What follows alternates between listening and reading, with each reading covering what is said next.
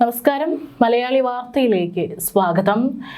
ചേർത്തലയിൽ ട്രെയിൻ ഇടിച്ചു മരിച്ച നിലയിൽ കണ്ടെത്തിയ ഗൃഹനാഥന്റെ മൃതദേഹം ആദ്യം ബന്ധുക്കൾക്ക് വിട്ടു നൽകിയത് തലയില്ലാതെ. പിന്നീട് 2 ദിവസത്തിന് ശേഷം ആ ഗൃഹനാഥന്റെ തല മാത്രമായിട്ട് കണ്ടെത്തുകയാണ്.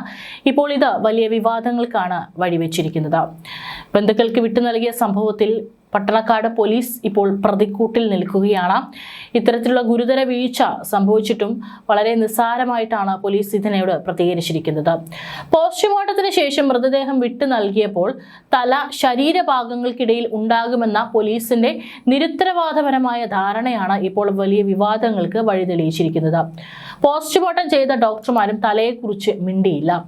വയലാർ കളയഴത്ത് മെറിവില്ലയിൽ KM വിജയനെ വയലാർ റെയിൽവേ സ്റ്റേഷന് സമീപം 9 രാവിലെയാണ് ട്രെയിൻ തട്ടി മരിച്ച നിലയിൽ കണ്ടെത്തിയത്.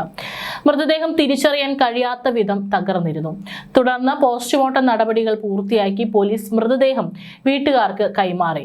ഈ സമയത്ത് മൃതദേഹത്തിൽ തലയുണ്ടോ ഇല്ലയോ എന്നുള്ളതിനെ സംബന്ധിച്ച് പോലീസുകാർക്കും അല്ലെങ്കിൽ പോസ്റ്റ്മോർട്ടം ചെയ്ത ഡോക്ടർമാർക്കും യാതൊരു ഉറപ്പുമില്ല.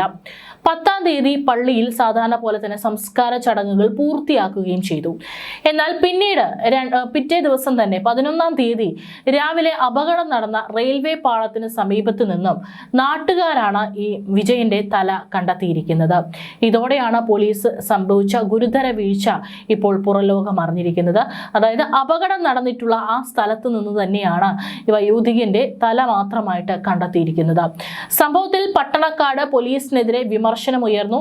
എന്നാൽ വീട്ടുകാർ പരാതി നൽകിയിട്ടില്ല. മൃതദേഹം കൈമാറുന്നതിന് മുൻപ് എല്ലാ ശരീരഭാഗങ്ങളും ഉണ്ടെന്ന് ഉറപ്പുവരുത്തേണ്ട പ്രാഥമിക ഉത്തരവാദിത്വം പോലീസിനുണ്ട്.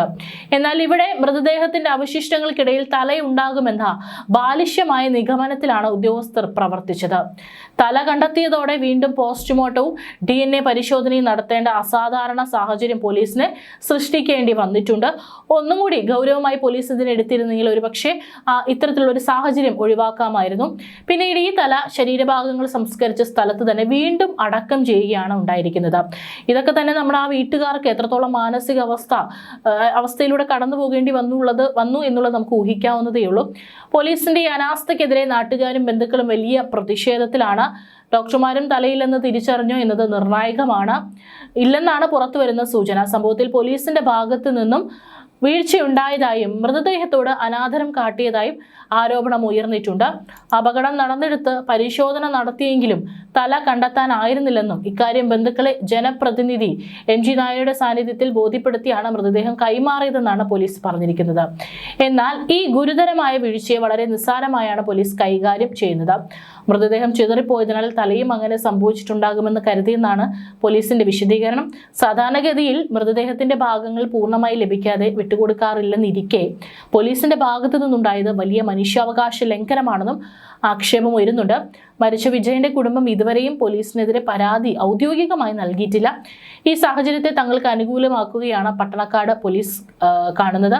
എങ്കിലും ഒരു ദിവസം കൂടി കാത്തിരുന്ന് കൃത്യമായ തിരച്ചിൽ നടത്തിയ ശേഷം മൃതദേഹം വിട്ടുകൊടുത്തിരുന്നുവെങ്കിൽ ഇത്തരം ഒരു ദുരവസ്ഥ ഒഴിവാക്കാമായിരുന്നുവെന്നും നാട്ടുകാരും പറയുന്നു.